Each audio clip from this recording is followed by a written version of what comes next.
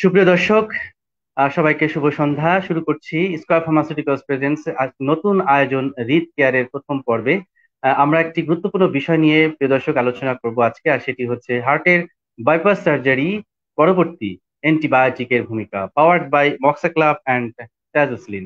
প্রিয় দর্শক, square pharmaceuticals সবসময় চেষ্টা করে থাকে নিত্য নতুন স্বাস্থ্য বিষয়ক অনুষ্ঠান বিনির্মাণে, এবং এই যাত্রায় তারই একটি ধারা আজ হলো রিড কেয়ার।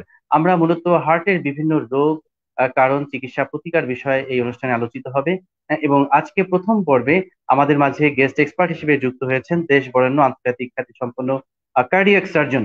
আসলে কার্ডিয়াক সার্জন কথাটা শুনলেই আমাদের ভেতরে একটি গর্ব অনুভব করে, কারণ আমাদের হৃদযন্ত্রের যে সার্জারি করে একটি মানুষকে সুস্থ করে তোলেন সেই কারিগর হচ্ছেন একজন কার্ডিয়াক সার্জন। পরিচয় করে দিচ্ছি আমাদের আজকের অনুষ্ঠানের guest expert doctor Mohammad Lokman Hossain, MBBS, MS cardiovascular and thoracic surgery, cardiac surgeon, senior consultant, cardiac surgery বিভাগ, ল্যাব এইড হসপিটাল। স্যার, আপনাকে অনেক অনেক স্বাগত আমাদের স্টুডিওতে আজকে রিড কেয়ারের প্রথম পর্বে অংশ নেওয়ার জন্য। আপনাদেরকেও স্বাগত। অনেক অনেক ধন্যবাদ স্যার। আমরা আজকে আলোচনায় যুক্ত হবো, তবে তার আগে প্রদর্শক পরিচয় করে দিতে চাই আজকের অনুষ্ঠানের special guest Mister Ariful Islam, group coordinator, product management department, Square Pharmaceuticals Limited. Mister Ariful Islam, আপনাকে অনেক অনেক স্বাগত আমাদের স্টুডিওতে আজকের নতুন এই আয়োজনে বিশেষ অতিথির আসন অলঙ্কৃত করার জন্য, এবং সেই সাথে বিনীত অনুরোধ জানাচ্ছি আজকের অনুষ্ঠানের শুভ উদ্বোধন এবং আপনার স্বাগত বক্তব্য প্রদান করার জন্য। ধন্যবাদ। প্রথমে ধন্যবাদ জানাই রাজ টিভিকে যে আজকের এই প্রোগ্রাম, একটা সুন্দর একটা প্রোগ্রাম অ্যারেঞ্জ করার জন্য। দেশে আমি আশা করছি যে দেশে এবং দেশের বাইরে যারা এই প্রোগ্রামটি লাইভ দেখছেন বা আমাদের সাথে যুক্ত আছেন, তারা সবাই সৃষ্টিকর্তার অশেষ রহমতে ভালো আছেন। আজকে আমাদের প্রোগ্রামের বিষয়বস্তু একটু আগে আমরা জেনেছি যে অপারেশন পরবর্তী অ্যান্টিবায়োটিকের ভূমিকা, এবং এই সেশনে আমাদের সাথে আজকে আমাদের সাথে থাকবেন আমাদের অন্যতম একজন শ্রদ্ধেয় sir, cardiac surgeon doctor Mohammad Lokman Hossain sir. Sir, আসসালামু আলাইকুম। ভালো আছেন স্যার? আলহামদুলিল্লাহ, আমরা সবাই ভালো। আপনারা ভালো? স্যার, আপনাকে স্কয়ার ফার্মাসিউটিক্যালস মার্কেটিং ডিভিশনের পক্ষ থেকে স্যার আমি আন্তরিকভাবে কৃতজ্ঞতা প্রকাশ করছি যে আপনার এই ব্যস্ততার মধ্যেও স্যার আপনি আমাদের জন্য যে সময়টা দিয়েছেন এবং আমাদের আজকের এই গুরুত্বপূর্ণ বিষয় আলোচনার জন্য সময়টা রেখেছেন, সেজন্য আন্তরিকভাবে ধন্যবাদ। স্যার, যে আজকে যে আমাদের যে সিচুয়েশন, অর্থাৎ এই প্যান্ডেমিক সিচুয়েশনে আসলে সারা বাংলাদেশের পুরো সমাজ ব্যবস্থাটাই কিন্তু তার একটা নির্ভর অবস্থার মধ্যে আছে, এবং স্বাস্থ্য খাত এর বাইরে না।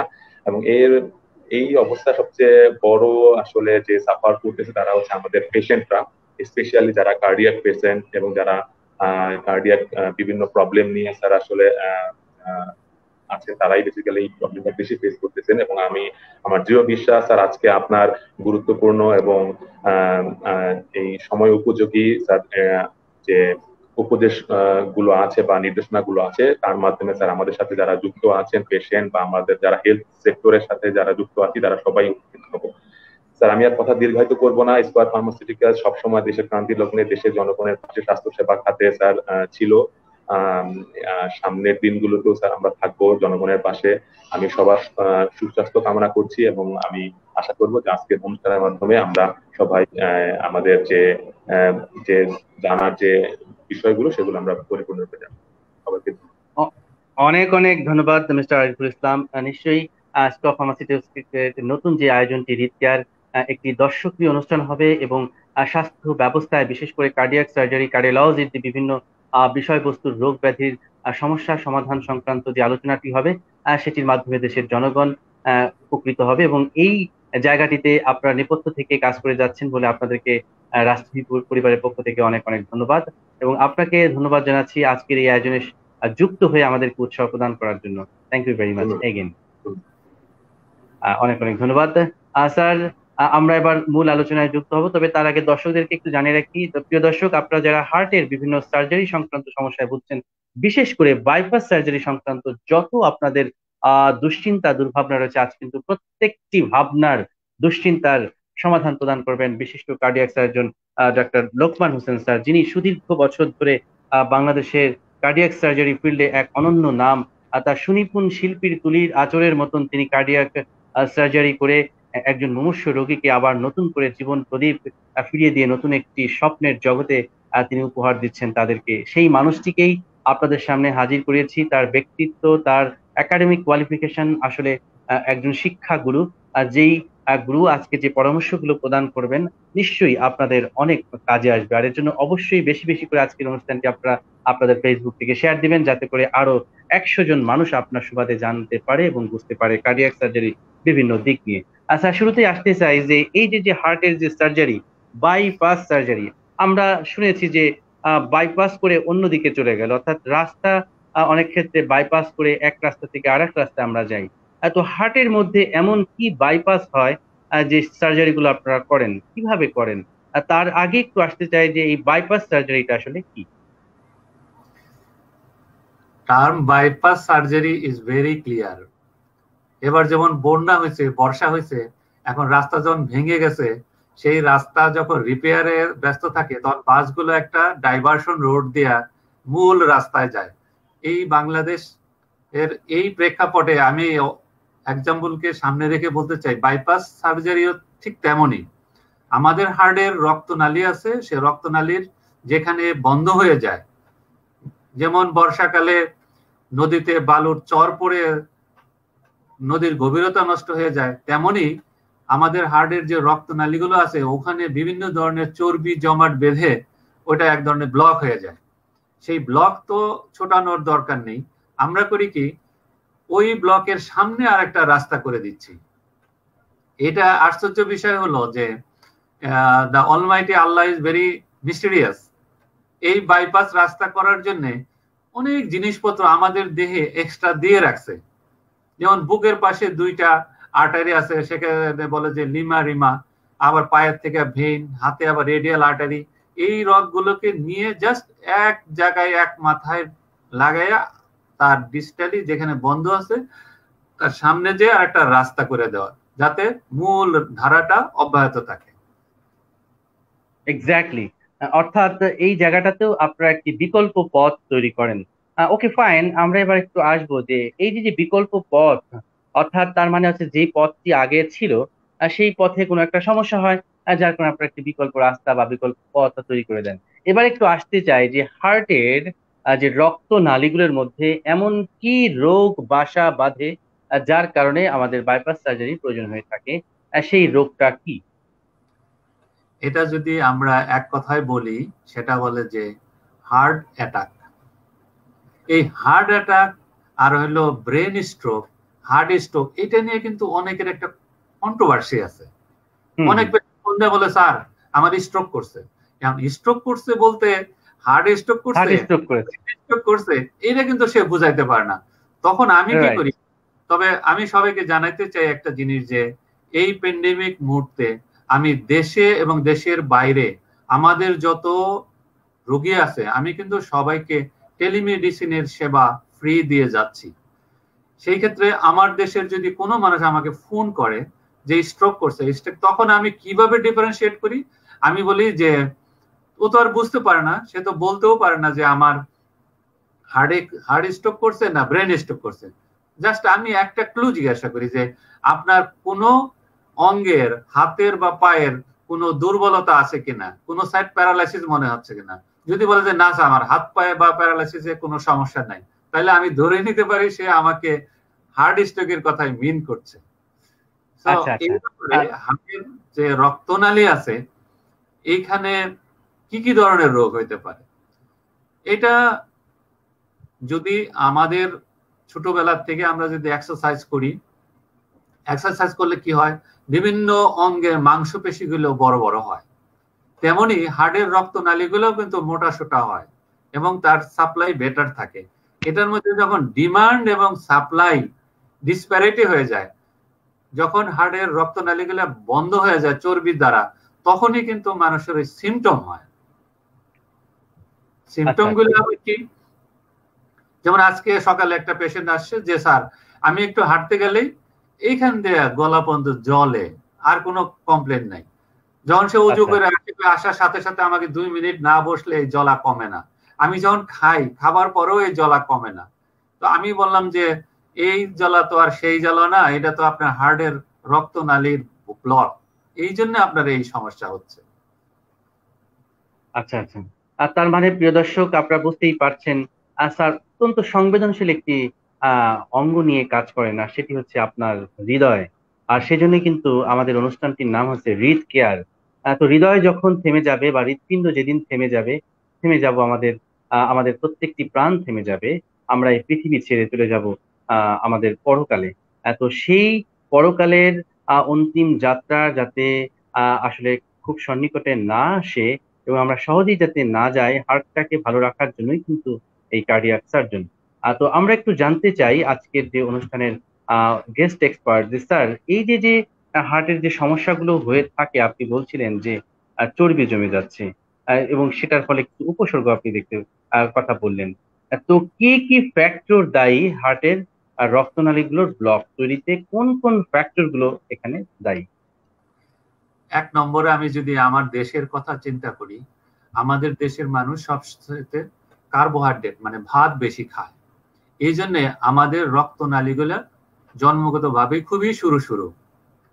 আর একটা জিনিস আছে যে ফ্যাক্টর, এর মধ্যে তার ফ্যামিলি হিস্ট্রি যদি থাকে তার হার্টের প্রবলেমে, তারপরে যদি সে স্মোক করে, তারপরে যদি তার যদি ডায়াবেটিস থাকে, আনকন্ট্রোলড ডায়াবেটিস থাকে, যদি তার প্রেসার থাকে, তার যদি স্বাস্থ্য সবল না হয়, সবল বলতে আমি যেটা বোঝাতে চাচ্ছি যে অনেকে হেভি ওয়েট, তারপরে তার কাজের যে ক্ষেত্র সেখানে কি ধরনের কাজ, তার ডেলি অ্যাক্টিভিটিস কেমন, সে যদি সারাদিন খালি বসে বসে থাকে সেই এক ধরনের, এই সবকিছু মিলিয়েই একটা রিস্ক ফ্যাক্টর। আর একটা জিনিস এখন যেটা হয়েছে, এই কোভিড প্যান্ডেমিক, এটা it's a very very stressful all over the world. শুধু বাংলাদেশে নয়, ওয়ার্ল্ডের সব জায়গায় সবাই সবাই স্তম্ভিত, সবাই চিন্তিত। এই বিভিন্ন চিন্তার জন্যেই আমার দেহের, মানুষের দেহে এক ধরনের হরমোন নিঃসৃত হয়, যেগুলো এই করোনারি ব্লকের জন্যও দায়ী। সেই সাথে যাদের করোনা হয়, করোনা হওয়ার পরেও কিন্তু তাদের হার্ট অ্যাটাকের সম্ভাবনা অনেক বেশি দেখা যাচ্ছে ইদানিং কালে।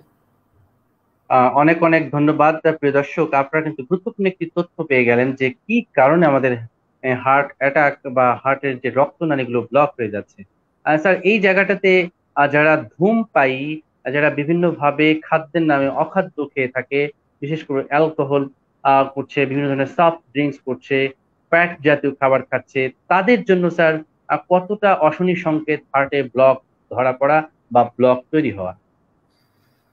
এই যে আপনি যে আনুষঙ্গিক কথাগুলো বললেন, এইটা হার্টের যে রক্তনালী বন্ধ হওয়াটা কিন্তু সূচনা হয় অনেক আগে।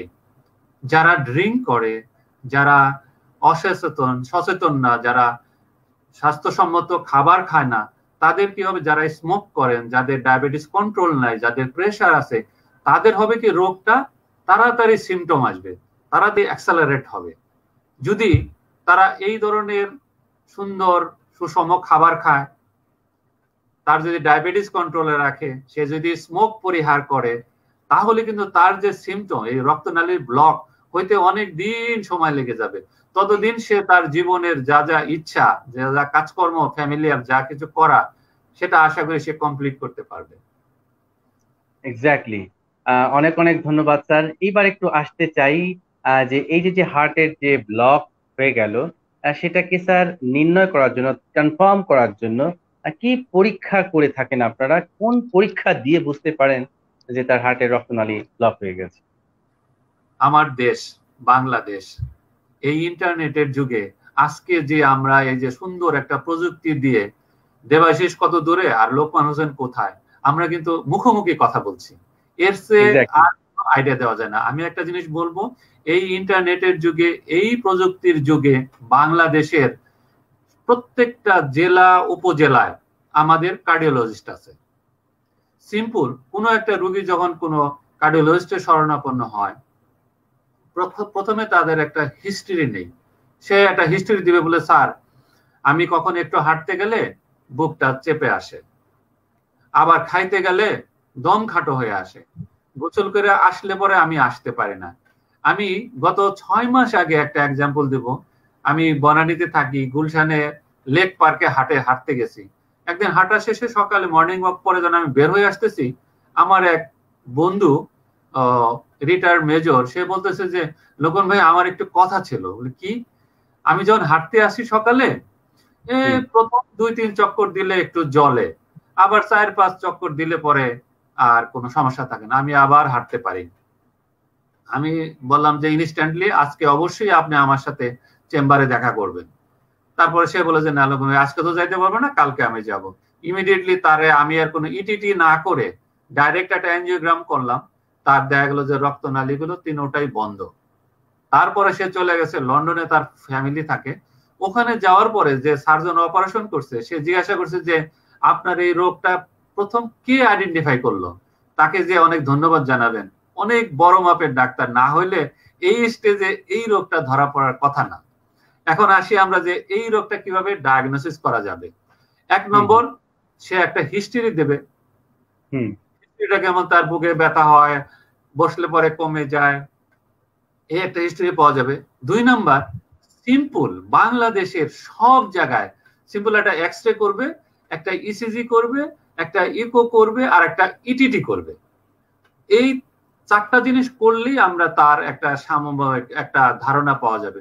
যদি তার ইটিটি পজিটিভ হয়, তার হিস্ট্রি যদি খুব সাজেস্টিভ হয় যে তার করোনারি রক্তনালী ব্লক আছে, দেন ফাইনালাইজ বাই এনজিওগ্রাম। এখন এনজিওগ্রাম করার মধ্যে একটা মজা আছে। যদি আমরা 100 লোকের এনজিওগ্রাম করি, তাতে দেখা গেছে যে 30 জন নরমাল, তাদের কোনো কিছুই পাওয়া যায় না। আর যে 30 জন আছে তাদের দেখা যাচ্ছে যে ছোট ছোট 2-1 জায়গায় বন্ধ আছে, তাদেরকে জাস্ট এনজিওপ্লাস্টি করে দিল।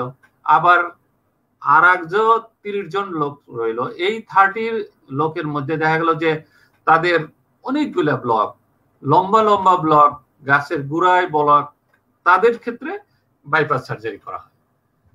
এই জায়গাটাতে স্যার আমি একটু আসবো। আপনি স্যার এই বলছিলেন যে ব্লক, তো অনেকেই বিশেষ করে যারা এই কার্ডিয়াক প্রবলেম ভুগে থাকে তারা একটি সিডি নিয়ে ঘুরে বিভিন্ন জায়গায় চিকিৎসকদেরকে দেখায়, পরিচিত ডাক্তারদেরকে দেখায়, অনেক সময় একটা ছবি দেখায়, সেখানে মার্ক করা থাকে যে আমার এই জায়গাগুলোতে ব্লক। আপনি কি স্যার একটু বুঝিয়ে বলবেন যে হার্টের প্রাচীরে অর্থাৎ দেয়ালে যে রক্তনালীগুলো আছে সেটা মোট কতগুলো থাকে, এবং এটা যে প্রধান যে ভেসেলস গুলো বা রক্তনালীগুলো আছে যে কয়টি, কত শতাংশ ব্লক হলে আমাদের রিং পরানোর দরকার, কত শতাংশ ব্লক থাকলে কোনো সমস্যা নেই, আর কত শতাংশ ব্লক হলে আমাদের বাইপাস সার্জারি দরকার। এবার যদি স্যার একটু পরিষ্কার করে আমাদেরকে সুন্দর একটা কোশ্চেন। আমি আবারও বলবো, আল্লাহ ইজ ভেরি মিস্টেরিয়াস। মিস্টেরিয়াস কেন? আমাদের যে হাত বা পা আছে, আমাদের রক্তনালীগুলো এখানে ভিতরে, কিন্তু হার্টের যে রক্তনালীগুলো এটা কিন্তু হার্টের বাইরে, হার্টের সারফেসে। এখানে কিন্তু একটা মিস্টেরিয়াস, যার জন্য কিন্তু আমরা হার্টের রক্তনালী কিন্তু হার্টের ভিতরে থাকে না, হার্টের সারফেসে থাকে। এই জন্য আমরা কিন্তু হার্টের বাইপাস সার্জারি করতে পারছি। এখন আসা যাক কত পার্সেন্ট হইলে পরে তার চিকিৎসা দরকার আছে। একদম ক্লিয়ার কাট 70% নিচে হইলে তাকে কোনো ইন্টারভেনশন করা দরকার নাই। সে জাস্ট ওই রক্তে তরলের একটা ওষুধ খাবে, কোলেস্টেরল থাকলে তার কোলেস্টেরল কমানোর ওষুধ খাবে। এখন 70% উপরে গেলে পরে যখন 90% ব্লক হবে বা তার 90 আপ হবে, তার জন্য ডেফিনিটিভ ট্রিটমেন্ট আছে। যাদের 70% ব্লক আছে তাকে যদি ভুল ক্রমে কেউ স্ট্যান্ড লাগিয়ে দেয়, সেই ক্ষেত্রে দুর্যোগ বাড়ে। সেটা কি হবে? ওই স্ট্যান্ড তার কাজ করবে না কোনো কারণে, তার মধ্যে একটা ফরেন বডি। আর যদি ওই স্ট্যান্ডটা বন্ধ হয়ে যায় তাহলে কিন্তু ওই রোগীর একটা হার্ট অ্যাটাকের সম্ভাবনা অনেক গুণে বেড়ে যায়। যদি on the other hand bypass surgery হচ্ছে পার্মানেন্ট, এইটা আমাদের দেশের প্রেক্ষাপটে একজন মানুষের চিকিৎসা দ্বিতীয়বার করার মতো কিন্তু ক্ষমতা কেউ নাই। আমি সবসময় এই কথাটাই বলি, আমি আমার দেশের মানুষের কথা ভাবি, আমাদের দেশের ইকোনমিকের কথা ভাবি। একজন গ্রামের কৃষক সামান্য একটু বেতনে চাকরি করে, তাকে একটা রিং লাগানো হলো, 2 মাস পরে বন্ধ হয়ে গেল, আবার বাইপাস করা লাগলো। এইটা কিন্তু তার পক্ষে অর্থ যোগান দেওয়া সম্ভব না। সেই ক্ষেত্রে আমি যেটা বলি, বাইপাস সার্জারি হচ্ছে নাম্বার 1 এবং পার্মানেন্ট চিকিৎসা। একবার করে দিলে সে অনেক দিন আজীবন ভালো থাকে। আর পার্সেন্টেজের ক্ষেত্রে যেটা বললাম 90% 80% এটা রিং বা বাইপাস করলে ভালো, কিন্তু যেগুলা বর্ডার লাইন 70% এগুলা যদি কেউ রিং পরায়, সেটা যদি হার্ট বন্ধ হয় তাহলে পরে হার্ট অ্যাটাক হয়ে যায়। অন দ্য আদার হ্যান্ড যদি আমরা বাইপাস করে দেই, কখনোই হার্ট অ্যাটাক হবে না। এইটা হচ্ছে সবচেয়ে হার্ট। স্যার, হ্যাঁ, এই জায়গাটিতে স্যার আমার একটি সম্পূরক প্রশ্ন, বা অনেক রোগীও এটা ভেবে থাকে যে এখানে যে হার্টের গায়ে যে ধমনীগুলো আছে বা রক্তনালীগুলো আছে, এটার মধ্যে যদি একটি 70%-এর উপরে ব্লক থাকে, বাকিগুলো যদি সব ঠিক থাকে, অর্থাৎ ওকে থাকে, কোনো ব্লকেজ নেই, সেক্ষেত্রে কি স্যার বাইপাসের প্রয়োজন রয়েছে? না, অবশ্যই না। হার্টের মধ্যে মূলত 3টা রক্তনালী আছে। একটা রক্তনালীকে বলি হলো এলএডি। এইটা একাই 60% ব্লাড সাপ্লাই দেয়। এটা হলো মূল আর্টারি। এইটা যদি বন্ধ হয়ে যায়, অবশ্যই তার চিকিৎসা করা দরকার আছে। আর একটা হলো আরসিএ, রাইট করোনারি আর্টারি, সেটা দেয় অ্যানাদার 20%। আর একটা আসলে লেফট সার্কামফ্লেক্স, এটা সাপ্লাই দেয় অ্যানাদার 20%। এখন যদি কোনো রক্তনালীর, আবার এগুলোর শাখা প্রশাখা আছে, যেমন এলইডির সাথে থেকে একটা ডায়াগোনাল বের হয়, সেটা যদি বন্ধ থাকে, সেটার জন্য চিকিৎসা করা দরকার নেই, যদি তার মূল রক্তনালী ভালো থাকে। আর একটা জিনিস আমি ক্লিয়ার করতে চাই, যে সমস্ত রোগীর LED, left anterior descending artery, যেটা 60% ব্লাড সাপ্লাই দেয়, সেটা যদি ভালো থাকে, সে কখনোই সহজে ডাক্তারের কাছে যাইতে হয় না, যায়ও না। সেই ক্ষেত্রে অন্য যে 20% আরসিএ, 20% সার্কে যদি কখনো ব্লক হয়, পেশেন্ট খুব পেইন ফিল করে, যার জন্য সে তাড়াতাড়ি আবার ডাক্তারের কাছে চলে যায়। আবার যদি আরসিএ ব্লক হয়ে যায়, সেটা আবার এসএ নোডের একটা সাপ্লাই হয়, সেই ক্ষেত্রে তাদের হার্ট রেট কমে যায়, তখন তার শ্বাসকষ্ট হয়। ওইটা নিয়েও কিন্তু রোগী তাড়াতাড়ি ডাক্তারের শরণাপন্ন হয়। অনেক গুরুত্বপূর্ণ তথ্য স্যার আপনি আমাদেরকে দিলেন। আসলে বিশেষ করে যারা আমাদের জুনিয়র চিকিৎসক রয়েছেন, যারা কার্ডিওলজি এবং কার্ডিয়াক সার্জারিতে ক্যারিয়ার বিল্ড আপ করবেন, তাদের জন্য কিন্তু চমৎকার একটি তথ্য স্যার দিয়ে দিলেন। ইনফ্যাক্ট ভাইবার একটি কোশ্চেন হয়ে গেল, উত্তর কিন্তু আপনারা পেয়ে গেলেন।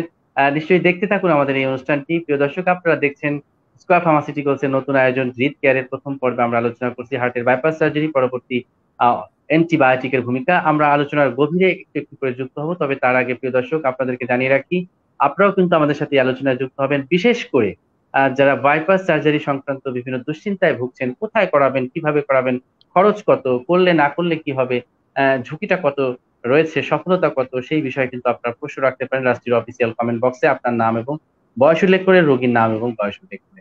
ইতিমধ্যে অনেক দর্শক আমাদের সাথে যুক্ত আছেন, তাদেরকে একটু অভিবাদন জানাই। যুক্ত আছেন কানিজ বৃষ্টি, থ্যাংক ইউ ভেরি মাচ আমাদের অনুষ্ঠান উপভোগ করার জন্য।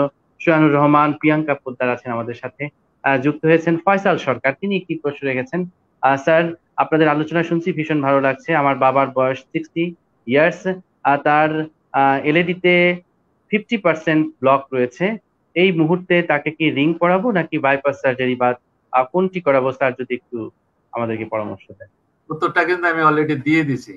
70% তারপর তিনি একটু কনফিউজ, স্যার যদি একটু আশ্বস্ত করেন। একটু ওষুধে থাকলেই হলো, তার একটা অ্যান্টিপ্ল্যাটেলেট খাবে, তার যদি কোলেস্টেরল থাকে সেটার ওষুধ খাবে, যদি তার প্রেসার থাকে সেটা কন্ট্রোল করবে, তার যদি ডায়াবেটিস থাকে এটা কন্ট্রোল করবে। এই মুহূর্তে কোনো ইন্টারভেনশন দরকার নাই। No stent, no bypass. Exactly sir, এখানে স্যার অনেকগুলো মিথ প্রচলিত আছে। বিশেষ করে কেউ কেউ বলছে যে মানে কোনো রিং, কোন রকম বাইপাস সার্জারি ছাড়াই জীবনযাত্রার মান উন্নয়ন করে, ফিজিক্যাল এক্সারসাইজ করে তো এরকম বাইপাস ছুটানো সম্ভব। তো কিছু কিছু ক্ষেত্রে অনেকে এই প্রক্রিয়াটা করছে, মানে যেটাকে বলা হয় যে কি বিকল্প পথ হিসেবে এক্সারসাইজ, ইয়োগা, এই বিষয়গুলো নিয়ে। তো স্যার, এখানে স্যার আপনার অবজারভেশনটা কি এবং আপনার সুনির্দিষ্ট ব্যাখ্যাটা কি? আমি যদি বলি যে আজকে বর্ষাকালে আমার রাস্তার ব্রিজ পুড়ে গেছে এই বন্যায়, আমি যদি বাস চালিয়ে দেই, আমি যদি মনে করি যে এই পারতে ওই পারে যাব, কখনোই সম্ভব না। ওই বাসটা যে ঠিক নদীর মধ্যে পড়বে। ঠিক তেমনি যার ব্লক আছে তাকে প্রাইমারিলি যদি ছোট ছোট দু এক জায়গায় ব্লক থাকে তাকে স্ট্যান্ড করতে হবে। আর যাদের লেফট মেইন লম্বা লম্বা বন্ধ, যাদের ডায়াবেটিস আছে, অনেকগুলো বন্ধ আছে, তাদের জন্য অবশ্যই বাইপাস করতে হবে। এইটা যে খাবার যে একটা বিকল্প যেটা, সেটা হচ্ছে আফটার দা স্ট্যান্ড অথবা বাইপাস করার পরে যদি ওই মিডিয়াগুলা কেউ অ্যাবজর্ব করে, যদি ওই প্র্যাকটিস করে, খাওয়া দাওয়া মেনটেন করে, তাহলে তার পেটেন্সি ভালো থাকবে অনেক দিন। কিন্তু ওইটা হচ্ছে সেকেন্ড স্টেজে। প্রাইমারি স্টেজে তাকে স্ট্যান্ড করতে হবে অথবা বাইপাস করতে হবে। এই দুইটা করার পরে যদি সে ওই ধরনের প্রোগ্রামে যায়, তার জন্য ইজ ভেরি গুড। কিন্তু কেউ কেউ আছে যে তাকে বাইপাস না করে আর রিং না করে যখন ওই কাজে যায়, দেখা গেছে যে একটা জিনিস, হার্টে যখন রক্তনালী ব্লক থাকে, যতদিন যাবে সে তো ডিমান্ড এবং সাপ্লাই, সে তো আর খাবার পাচ্ছে না, এই হার্ট করে কি আস্তে আস্তে বড় হইতে থাকে। তার পাম্পিং পাওয়ার, যেটাকে বলে ইজেকশন ফ্র্যাকশন, এটাও কমতে থাকে।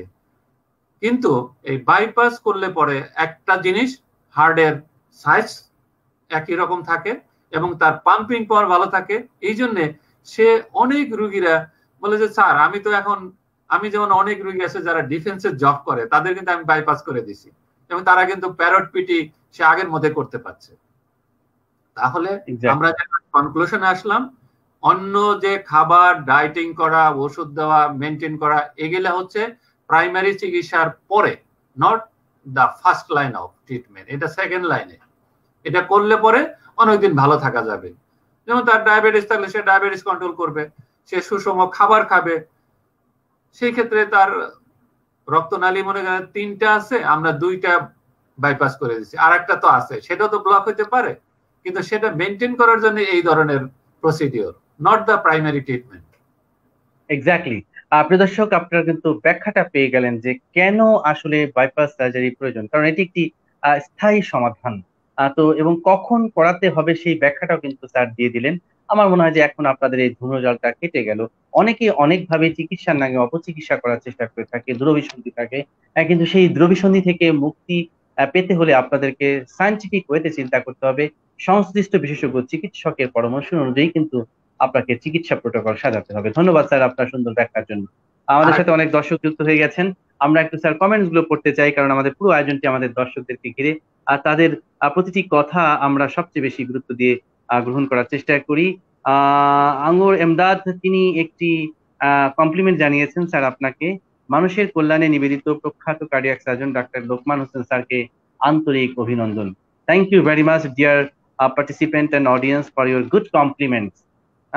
Thank you very much. Angur সাহেব আমার হাতে বাইপাস করা, সে উত্তরবঙ্গে থাকে দীর্ঘদিন। He is very nice man, এবং তাকেও থ্যাংক ইউ ভেরি মাচ আঙ্গুর এমদাদ। আপনার শুভেচ্ছা আমরা গ্রহণ করেছি। আপনি ভালো থাকবেন, এবং সত্যি ভালো লাগলো যে স্যারের একজন কি বলবো যে নিজ হাতে অপারেশন করা একজন পেশেন্ট আমাদের সাথে যুক্ত হয়ে আজকে অনুষ্ঠানটি উপভোগ করছেন। Thank you very much square pharmaceuticals এবং হৃদ কেয়ারকে আজকের অনুষ্ঠানটি আয়োজন করার জন্য। যুক্ত আছেন মহিউল আলম সিদ্দিকী, তিনি থ্যাংক ইউ ভেরি মাচ জানিয়েছেন। Mahmudur Rahman Roman, very fruitful discussion, thank you very much. Iftekhar H Ifti, বাহ খুব চমৎকার নাম, হৃদ কেয়ার। ডেফিনেটলি আসলে আমরা হৃদয়ের যত্ন নিতে চাই, এবং যারা হৃদ সার্জন, কার্ডিয়াক সার্জন, তাদেরকে আপনাদের সঙ্গে পরিচয় করে দিচ্ছি। আপনার হার্টের যাবতীয় সমস্যার সমাধান এবং কার্ডিয়াক সার্জারির মাধ্যমে আপনি একটি সুন্দর চমৎকার হার্ট নিয়ে সারা পৃথিবী জয় করবেন, সেরকম স্বপ্ন নিয়ে কিন্তু আমরা আগানোর চেষ্টা করছি। যুক্ত আছেন খায়রুল ইসলাম বাদল। আমার বাবার বয়স 65 বছর, বাইপাস সার্জারি 6 মাস, আর ডাক্তার চেক আপের পর করোনার কারণে ডাক্তারের কাছে আর যাওয়া হয়নি।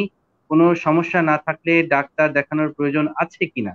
খায়রুল ইসলাম বাদল তার বাবার বিষয়ে স্যার একটি প্রশ্ন রেখেছেন, যে আমি আবারও প্রশ্নটি করছি। বাইপাস সার্জারি 6 মাস হয়ে গেল, ডাক্তার চেক আপের পর করোনার কারণে ডাক্তারের কাছে আর যাওয়া হয়নি, এখন তার কোনো সমস্যাও নেই, এক্ষেত্রে সে কি করবে স্যার? খায়রুল ইসলাম বাদল। ধন্যবাদ। আপনার 6 মাস হয়ে গেছে মানে আমি তো বলি যে 2 মাস পরে you are free from normal, you are a normal person. আরেকটা জিনিস আমি ক্লিয়ার করতে চাই, অনেকে জিজ্ঞাসা করে যে করোনায় হৃদরোগীদের ঝুঁকি কেমন। বেসিক্যালি যাদের রক্তনালী ব্লক ছিল, যাদের বাইপাস করা হয়েছে, যাদের রিং লাগানো হয়েছে, তারা কিন্তু এখন ঝুঁকি মুক্ত, তারা কিন্তু সাধারণ মানুষের কাতারে। মাধব সাহেবকে আমি আর একটা ধন্যবাদ দিতে চাই। ওনার যে কোশ্চেন, এই মুহূর্তে আপনার কোনো ডাক্তারের পরামর্শের দরকার নাই। যদি খুব বেশি দরকার পড়ে, আপনার যে অপারেটিং সার্জন আছে তার সাথে আপনি ওভার ফোনে কথা বলে নিতে পারেন। এই মুহূর্তে তাকে 6 মাস হয়ে গেছে, জাস্ট ওষুধপত্রগুলো নিয়মিত খাইলেই হবে। এই মুহূর্তে আমি সবসময় ডিসকারেজ করি, আমার যে পেশেন্ট আছে আমি কিন্তু সবার সাথে আমি টেলিফোন ধরি এবং টেলিমেডিসিনে তাদেরকে আমি এই সেবাটা দিয়ে যাচ্ছি বিশ্ব জুড়ে। আমি কিন্তু আমার যে পুরানা পেশেন্ট ফলো আপের জন্য কিন্তু আমি তাদেরকে এই করোনার মধ্যে ঢাকায় আনছি না, আমি তাদেরকে, এবং রিয়েলি মানুষ যখন তার অপারেটিং সার্জনের সাথে কথা বলে অনেক আস্থা পায়, এবং সেটা আমাদেরকে করতে হবে। আমরা এই দেশের মানুষ, এই দেশের মানুষের জন্য সার্ভিস দিতে হবে, আমরা দিয়ে যাচ্ছি, দিব ভবিষ্যতে। অনেক ধন্যবাদ স্যার আপনার মহানুভবতার কথা শুনে। আসলে একজন চিকিৎসককে ঠিক এমনই হতে হবে, বিশেষ করে সার্জন যারা রয়েছেন তাদেরকে আরো বেশি করে আন্তরিক হতে হয়, এবং সেই কাজটি করে আজকে আপনি সবার মন জয় করে নিয়েছেন বলে আপনাকে অনেক অনেক ধন্যবাদ। ইতিমধ্যে যুক্ত হয়েছেন আমাদের সাথে মুনিম হাসান। অনেকে বাইপাস সার্জারির পরেও মাংস বা চর্বিযুক্ত খাবার খেতে নিষেধ করে, এটা কি সঠিক নাকি কুসংস্কার স্যার? এটি প্রশ্ন করেছেন মুনিম হাসান। ধন্যবাদ আপনাকে। আমি সবসময় বলি যে সবকিছুই খাবেন, কোনো কিছুই বাদ দেবেন না, তবে পরিমিত খাবেন। আমি সবসময় একটা মজা করে একটা এক্সাম্পল দিই, বিয়ে বাড়ির খাবার খাবেন না। সেটা আবার কি ধরনের? অনেকেই আছে বিয়ে বাড়িতে যাবে, যাওয়ার পরে দেখা গেল যে বিয়ে বাড়িতে যে 3-4টা রোস্ট খেয়ে ফেললো, আধা কেজি গরু মাংস খাইয়ে ফেললো, দেখা গেল যে সে তা এমন একটা এক্সেস খাবার খাইলো যেটা পরিমিত না। এই জন্য আমি বলি যে আপনি বিয়ে বাড়িতে যাবেন, আপনি 1 টুকরা মাংস খাবেন। অনেকেই বলে যে না আমি তো বিয়ে বাড়িতে অ্যাটেন্ড করি না। আমি অবশ্যই অ্যাটেন্ড করবেন, সামাজিকতা অবশ্যই দরকার আছে। আপনি সব ধরনের খাবারই খাবেন। চর্বি আমাদের খাবারের যে 3টা উপাদান, প্রোটিন, কার্বোহাইড্রেট এবং ফ্যাট, প্রতিটা জিনিসই কিন্তু দরকার আছে। আপনি যদি চর্বি না খান তাহলে তো অনেক জিনিস আছে যেগুলা ছেলের মধ্যে তৈরি হবে না, সেটা ডেফিসিয়েন্সি দেখা যাবে। এই ডেফিসিয়েন্সি যাতে না হয় সুষম খাবার হইতে হবে এবং পরিমিত খাবার হইতে হবে, এবং সেটা এনশিওর করতে হবে বাড়ির ওই কর্তা ব্যক্তিকেই। বাজারে গেলে অবশ্যই একটা সবজি থাকতে হবে। আর একটা জিনিস সবসময় জিজ্ঞাসা করে, বলে স্যার আঙ্গুর খাইতে হবে? আমি সবসময় বলে থাকি আঙ্গুর কি আমার দেশে তৈরি হয়? বলে না স্যার। তাহলে স্যার খেজুর খাইতে হবে। আমি খেজুর কি আমাদের দেশে তৈরি হয়? যে দেশের জন্য খেজুর দরকার সেটা গরমের দেশে, মিডিল ইস্টে, সেই দেশের খাবার তাদের জন্য। আঙ্গুর আমাদের দেশে খাবার না। আমাদের দেশে যে আম, জাম, লিচু, কাঁঠাল, বাঙ্গি, তরমুজ পাওয়া যায়, এগুলোই খান। সবচেয়ে মজার ব্যাপার হলো এই গ্রীষ্মকালে কিন্তু এই তরমুজ পাওয়া যায়, কারণ এই সময় ডিহাইড্রেশন হয়। তরমুজে কিন্তু 99% পানি, যাতে করে এটা খাইলে পরে তার ডিহাইড্রেশন হবে না। এটা ন্যাচারাল প্রোটেকশন, আল্লাহ আমাদের এগুলো দিয়ে রাখছে। এই জন্য আমি বলি আমাদের দেশে যা পাওয়া যায় ওইটাই খাবেন, বিদেশি কিছু দরকার নাই। আর tin food must be avoided. আমাদের দেশে রিসোর্স অনেক, কিন্তু টেকনোলজি পোর। আর বিদেশি হয়েছে কি, ওদের হাই টেকনোলজি, ওদের রিসোর্স কম। এই জন্য ওরা কি সমুদ্রের থেকে শ্যাওলা এনে ওটাকে প্রসেস করে অনেক দামি একটা জিনিস তৈরি করে। আমাদের দেশে তো এটা তৈরি করার দরকার নেই। আমাদের গ্রামে গঞ্জে সব জায়গায় হলো প্রচুর প্রাকৃতিক নিয়মে হয়ে আছে, জাস্ট সংগ্রহ করবে আর খাবে। সেটাই আসলে সুজলা সুফলা শস্য শ্যামলা যে সোনার বাংলাদেশ, এটি সত্যিকারের সোনা, খাঁটি সোনার দেশ। কারণ এই মানুষগুলো যদি আমরা ভালো হই, আমরা যদি খাবারে বিষ প্রয়োগ না করে থাকি, খাবারে ভেজাল না দিয়ে থাকি, আমার মনে হয় যে পৃথিবীতে এত সুন্দর খাবার, মানে বাংলাদেশে যে পরিমাণ প্রাকৃতিক উপসর্গ, প্রাকৃতিক যে উৎসগুলো রয়েছে, সেগুলো আসলে অনন্য, সৃষ্টিকর্তার ব্লেসিংস যে আমাদের এই দেশে খাদ্য প্রকৃতি থেকে যে পরিমাণ আসে সেটি অন্যান্য দেশে পাওয়া যায় কিনা সন্দেহ হয়েছে। তো আসুন আমরা আমাদের দেশের প্রাকৃতিক খাবারগুলোকে সুন্দরভাবে গ্রহণ করি এবং সুস্বাস্থ্যের অধিকারী হই। আমাদের সাথে স্যার অনেক দর্শক যুক্ত হয়ে কিন্তু আমাদের অনুষ্ঠানটাকে প্রাণবন্ত করে তুলেছেন, এবং ইতিমধ্যে অনুষ্ঠানটা অনেক জমে গিয়েছে, কারণ আমাদের শত শত কমেন্টস চলে আসতেছে। আমরা ধাপে ধাপে অবশ্যই প্রশ্নগুলো গ্রহণ করব। যুক্ত আছেন আমাদের সাথে গোলাম সরোয়ার, তার প্রশ্নটি আমরা একটু ডিসপ্লেতে দেখতে চাই। গোলাম সরোয়ার অনেকক্ষণ ধরে আমাদের সাথে আছেন। ধন্যবাদ জানাচ্ছি প্রথমে গোলাম সারোয়ারকে আমাদের সাথে যুক্ত থাকার জন্য। তিনি যে প্রশ্নটি লিখেছেন, স্যার আমার বাবার বয়স 60, 2001 সালে হার্ট অ্যাটাক করেছেন, মেডিসিন খাচ্ছেন এতদিন যাবত, ইদানিং প্রেশার লো থাকে, করণীয় জানাবেন প্লিজ স্যার প্লিজ। ধন্যবাদ সারোয়ার সাহেব। এটা কিন্তু ক্লিয়ারলি তার ডায়াগনোসিস হয় না। 2001 সালে হার্ট অ্যাটাক করছে, হার্ট অ্যাটাকের পরে তার এনজিওগ্রাম করে তাকে এটা নির্দিষ্ট ট্রিটমেন্টে যাইতে হবে। হার্ট অ্যাটাকের পরবর্তীতে এনজিওগ্রাম করলে পরে যদি দেখা যায় যে তার রক্তনালী ব্লক আছে, কি ধরনের ব্লক আছে, তারপর একটা ইকো করে দেখা যাইতে পারে তার ইজেকশন ফ্র্যাকশন কত, সবকিছু মিলিয়েই তার কিন্তু ট্রিটমেন্ট। যদি এই মুহূর্তে তার প্রেশার কম থাকে, যদি সে কোনো প্রেশারের ওষুধ খায় তাহলে সেটা এখন বন্ধ করবে।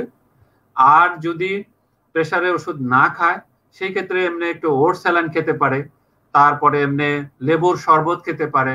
আর যদি তারপরও বেশি কষ্ট হয় তাহলে আমি রিকোয়েস্ট করব নিয়ার বাই কোনো কার্ডিওলজিস্টের সাথে শরণাপন্ন হয়ে একটু অ্যাডভাইস নিলে বেটার হবে। ধন্যবাদ ধন্যবাদ জানাচ্ছি গোলাম সারোয়ারকে। আপনি আপনার বাবার ব্যাপারে খুবই কনসার্ন, যোগ্য পিতার যোগ্য পুত্র। আমরা চাই এভাবেই প্রতিটি সন্তান তার মা বাবার খোঁজ রাখবে, এবং এই অনুষ্ঠানের মাধ্যমে নিশ্চয়ই স্যারের মতামতটা আপনি গ্রহণ করলেন। ভয় পাবেন না, আপনার বাবাকে একটি নিকটস্থ একজন কার্ডিওলজিস্টের পরামর্শ গ্রহণ করুন, নিশ্চয়ই আপনার বাবা সুস্থ হয়ে যাবেন। আমাদের সাথে যুক্ত আছেন সুরিদ রেজা। তিনি একটি প্রশ্ন রেখেছেন স্যার আপনার কাছে। তিনি জানিয়েছেন যে 3টা ব্লক ছিল, সবগুলোই 80% ও তার উপর, বাইপাস সার্জারি করতে বলেছিল, এখন করণীয় কি? তিনি হয়তোবা বাইপাস সার্জারি এখনো করাননি, 80% এর উপরে ব্লক। নিশ্চয়ই স্যার আপনি কি সাজেশন করবেন সুরিদ রেজার জন্য?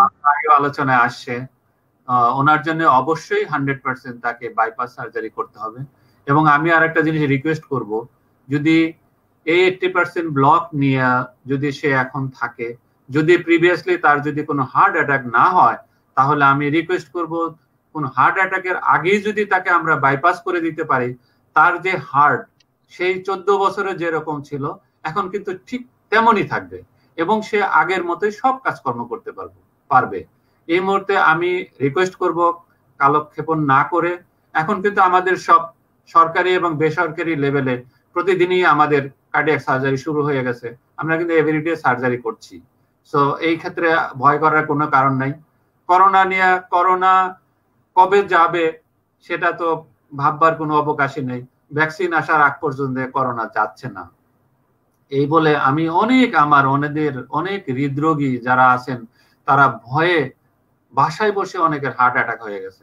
আমি রিকোয়েস্ট করবো এখন আপনারা আপনাদের নর্মাল চিকিৎসার জন্য একটু স্বাস্থ্য সুরক্ষা করে বাসায় থেকে ডাক্তারের চেম্বারে আসবে। সেটা কি, অনেক সময় আমি দেখা গেছে যে মানে সিলেট থেকে একটা রোগী আসলো, একটা ওরা বলে লাইটেস মানে ওই মাইক্রোবাস, একজনের পিছনে 10 জন চলে আসে। আমি এখন রিকোয়েস্ট করব একজন পেশেন্টের সাথে ওখানকার সবচেয়ে শক্ত সামর্থ্য ফ্যামিলির যে একটা ছেলে থাকবে তাকে নিয়ে আসবেন, একজনের বেশি না।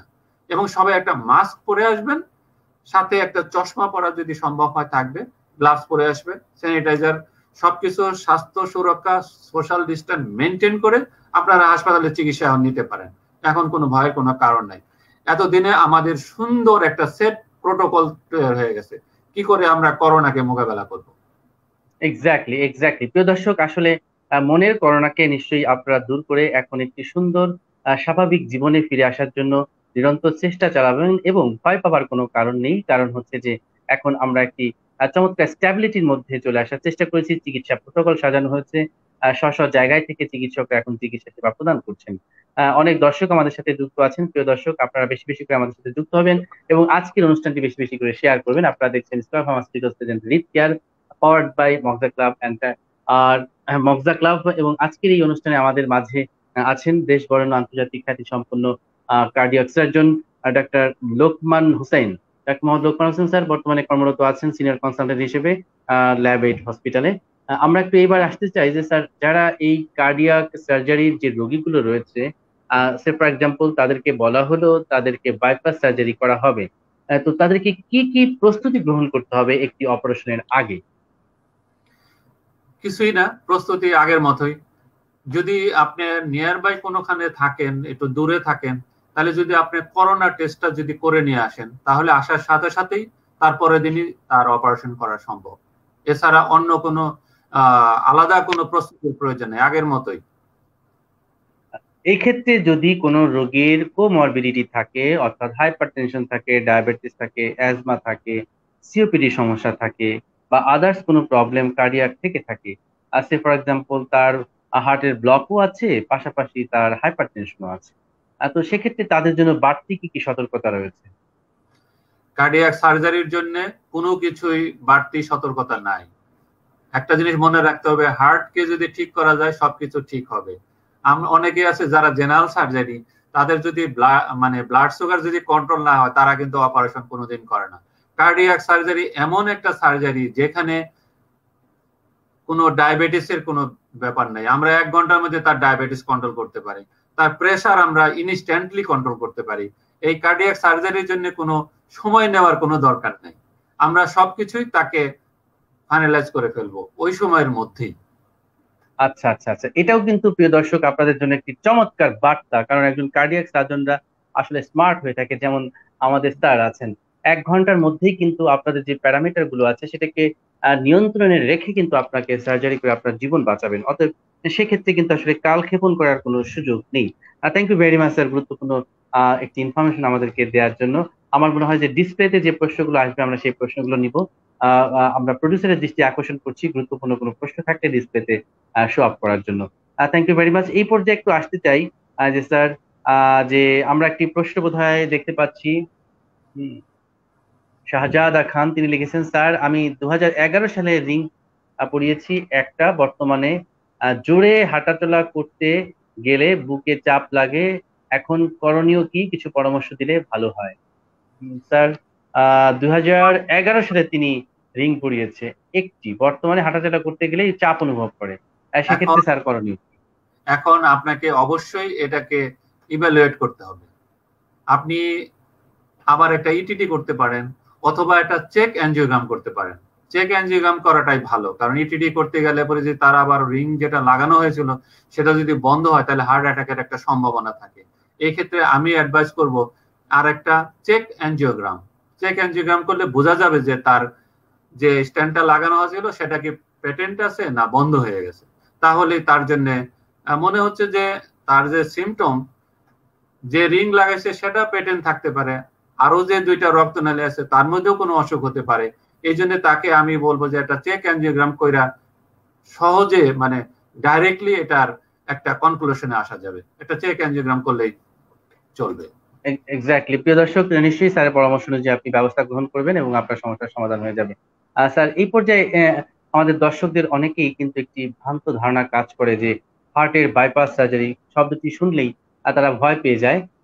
আমরা মনে হয় একজন দর্শকের প্রশ্ন দেখতে পাচ্ছি, ইফতেখার এইচ ইফতি, তিনি আমাদের সাথে যুক্ত আছেন। তিনি একটি প্রশ্ন রেখেছেন, বাইপাস সার্জারি পরবর্তী জীবন কতটুকু নিরাপদ, কি কি সাবধানতা অবলম্বন করতে হবে, মানে দ্বিতীয়বার হার্ট অ্যাটাক হতে পারে কিনা জানাবেন স্যার। ধন্যবাদ দীপ্তিকার ইফতি, আপনার এই প্রশ্নটি কিন্তু আমার প্রশ্ন ছিল, কেন যে মিলে গেল কাকতালীয় ভাবে। আপনাকে অনেক অনেক ধন্যবাদ এই ইন্টেলিজেন্ট কোশ্চেনটি করার জন্য। স্যার যদি প্রশ্নের উত্তরটি দিয়ে দেন। আমরা 3টা কারণে বাইপাস সার্জারি করি। First, quality of life will be improve. সেটা কি, একজন হাঁটতে গেলে দম খাটো হয়ে আসে, খাওয়ার পরে বুকে চাপ দেয়, ওজু করতে গেলে আসতে পারে না, সে দোতলায় উঠতে পারে না। এই আফটার সার্জারি করার পরে এগুলো সে আগের মতোই সে করতে পারবে। এটা নাম্বার 1। 2 নাম্বার, 95% যাদের বাইপাস করা হয়েছে তাদের 95% হার্ট অ্যাটাকের সম্ভাবনা থাকে না। 3 নাম্বার, অনেকে বলে না যে ব্রড ডেথ, ইমার্জেন্সিতে একটা পেশেন্ট মৃত অবস্থায় নিয়ে আসলো, এদের সম্ভাবনা 95% কমে যায়। এই 3টা ধারণাকে ভিত্তি করে বাইপাস সার্জারি এত প্রসিদ্ধ এবং পার্মানেন্ট। এবং সবার আরেকটা জিনিস আমি বলতে চাই আজকে মিডিয়াকে, ওয়ার্ল্ডে যত প্রেসিডেন্ট আছে সব প্রেসিডেন্টের কিন্তু বাইপাস করা। ক্লিন্টনের বাইপাস করা, মনমোহন সিং এর বাইপাস করা, আমাদের বাংলাদেশের প্রেসিডেন্ট তারও বাইপাস করা, মালয়েশিয়ার প্রেসিডেন্ট মাহাতির তারও বাইপাস করা, আমার কোশ্চেন একটা, সেটা হলো যদি বাইপাসের উপরে যদি আরো কিছু থাকতো তাহলে সেই ট্রিটমেন্টই কিন্তু তারা নিত। যেহেতু bypass is the number one, আমি বলতেছি সেটা কার্যক্ষেত্র প্রমাণ দেখা যাচ্ছে। ওয়ার্ল্ডের যত প্রেসিডেন্ট আছে সবারই কিন্তু বাইপাস করা। এই জন্য আমি বলবো যে বাইপাস হচ্ছে নিরাপদ এবং সবচেয়ে পার্মানেন্ট ব্যবস্থা। চমৎকার একটি ইনফরমেশন আমরা পেয়ে গেলাম। আমার মনে হয় যে দর্শক আপনারা আরো বেশি সাহস এখান থেকে নিতে পারেন, সাহস আপনারা পেতে পারেন, কারণ স্যার যে রেফারেন্স গুলো দিলেন।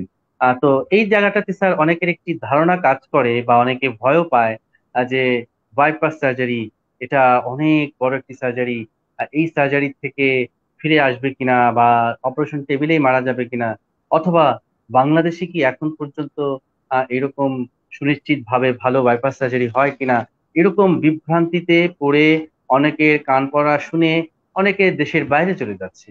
হুম। এবং দেখা যাচ্ছে যে সেখানে বিশাল অঙ্কের একটি টাকা খরচ করে নিঃস্ব হয়ে আবার দেশে ফিরছে।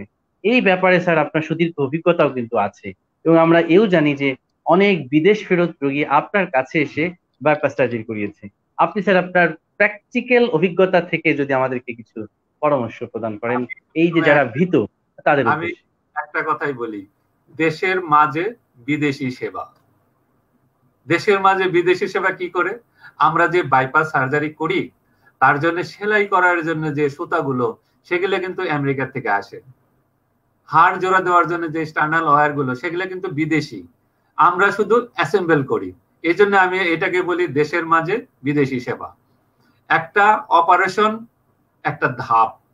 অপারেশনটা যদি দেশের মাঝে হয়, বাংলা ভাষায় যদি কথা বলতে পারে সার্জনের সাথে, তার আত্মীয় স্বজন যদি তার চারপাশে থাকে, তার যে একটা এনভায়রনমেন্ট, এটা কিন্তু খুবই এনজয়েবল। আমাদের অনেক পেশেন্ট আছে, আজকেও একটা পেশেন্ট আমাকে, এক অ্যাডভোকেট সাহেব তার এক ভাতিজাকে আমার কাছে পাঠাইছে।